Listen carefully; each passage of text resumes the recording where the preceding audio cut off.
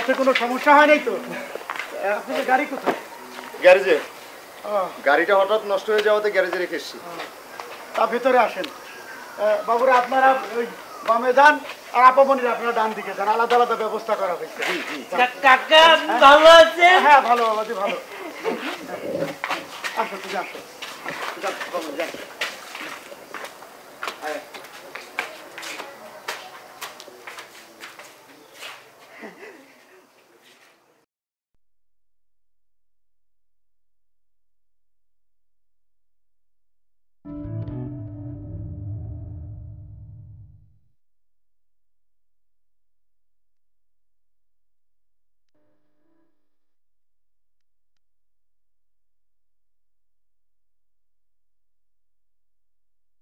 রাতুল রাতুল, মা আমাকে শেক্সপিয়ার সমগ্র কিনে দিয়েছে। আমি খুব খুশি হয়েছি। এবার তুমি আমাকে ডিস্টার্ব না করে তুমি তোমার শেক্সপিয়ার সমগ্রগুলো পড়ো। জানিস জানিস, আমি না অনেকগুলো কবিতার বই নিয়ে এসেছি, দেখবি? চল শালা, খিদার যন্ত্রণায় পেটের মধ্যে নারী বুড়ি কামড়াচ্ছে, কবিতার বই নিয়ে আসছি।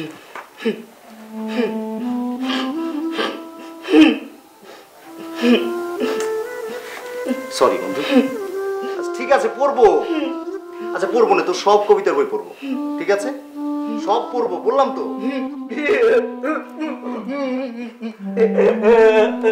পড়বি? পড়বো বললাম তো, পড়বো। আচ্ছা ঠিক আছে, তো সব কবিতা পড়বো, সব কবিতা পড়বো, ঠিক আছে?